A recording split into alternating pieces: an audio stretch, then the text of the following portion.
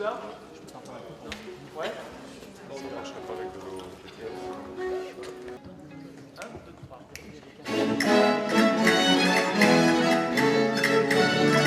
Le principe du poème harmonique, c'est celui d'intégrer à une troupe de musiciens et de chanteurs des artistes autres, donc un metteur en scène, une chorégraphe, et pas seulement pour une production, mais pour des années de travail ensemble. Et c'est vrai que le Bourgeois Gentilhomme représente pour nous le point de mire de tout un travail qu'on a fait, qui a donné naissance à des projets, pour donner naissance enfin à un projet vraiment qui a fédéré tous les arts, enfin, musique, danse et théâtre.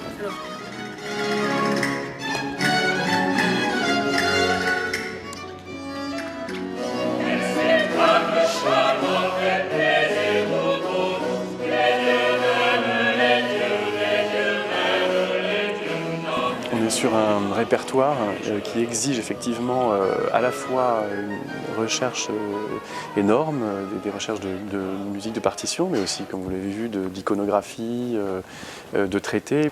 Si elle n'est pas motivée par un besoin de création et d'invention et d'inventivité, ça n'existe pas. Et c'est vrai que sinon c'est de l'archéologie, que ce n'est pas du tout. Le fait est qu'on ne peut pas savoir si vraiment le travail qu'on fait ressemble vraiment au modèle, entre guillemets. Au fond, peu importe le modèle, puisque l'important c'est simplement d'être juste, d'être honnête vis-à-vis de le matériel, qu'il soit musical ou autre, d'être juste et d'avoir été le plus loin possible dans ce travail, dans cette recherche. Parce qu'ensuite, on sait que de toute façon, rien n'est aujourd'hui comme autrefois, et les lieux ne sont plus les mêmes, les acoustiques ne sont plus les mêmes, les conditions de sécurité ne sont plus les mêmes. Vous avez vu, on fait nos spectacles à la bougie, mais c'est toujours extrêmement difficile, donc on est extrêmement reconnaissant au théâtre qui nous accueille d'accepter ce principe-là. Mais donc c'est un grand plaisir, et c'est aussi un très grand plaisir d'être réinvité dans un festival, dans une ville. Je pense à Philippe Berkowitz qui nous fait vraiment confiance. Je dirais de la même manière que je fais ou nous faisons confiance à nos artistes sur le long terme. Je crois que c'est comme ça que les vrais projets naissent. C'est quand il y a une vraie relation personnelle et structurée avec un lieu et non pas une chose ponctuelle qui ne donne pas forcément naissance à un vrai rapport artistique entre une scène, les planches du théâtre et puis les artistes.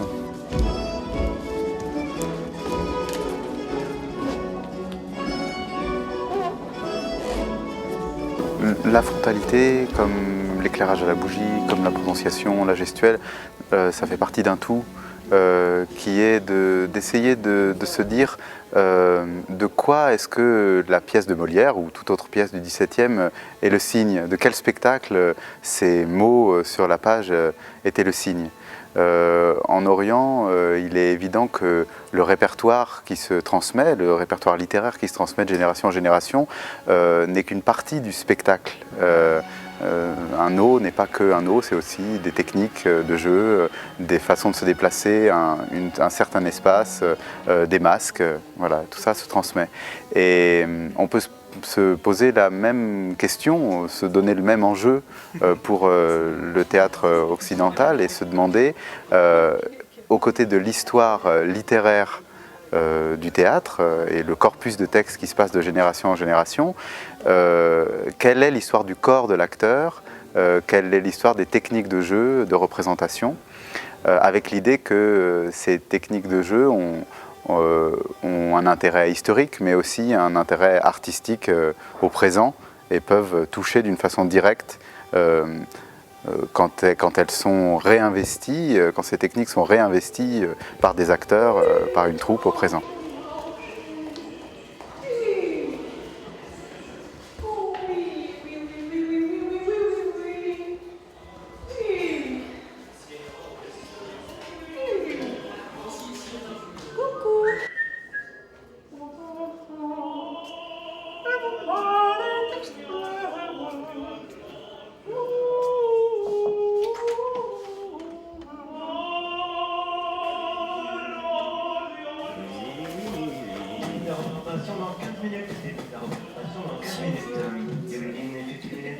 Son anglais, écoute.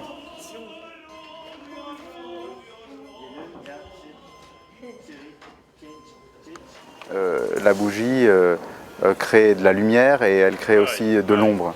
Et j'aime bien l'idée que dans un spectacle, on ne voit pas spécialement tout, ou en tout cas qu'il y a un trouble perceptif qui laisse au spectateur la possibilité d'imaginer ce qu'il ne voit pas.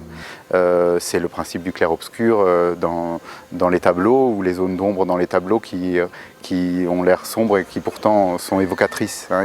Il y a quelque chose de cet ordre-là dans l'éclairage à la bougie. C'est un éclairage également qu'on ne peut pas reproduire d'une manière artificielle. Il y a une qualité de lumière qui ne peut pas se retrouver.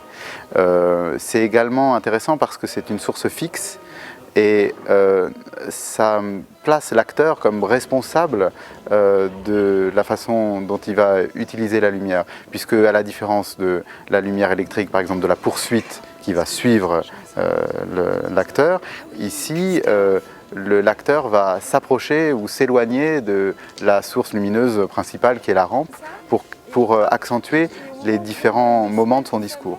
Donc ça rentre dans cette même logique de l'acteur-orateur, l'acteur qui présente un discours face au spectateur, c'est pour ça aussi que la frontalité a son importance, et donc cette rampe de bougie fait partie de la rhétorique de l'acteur.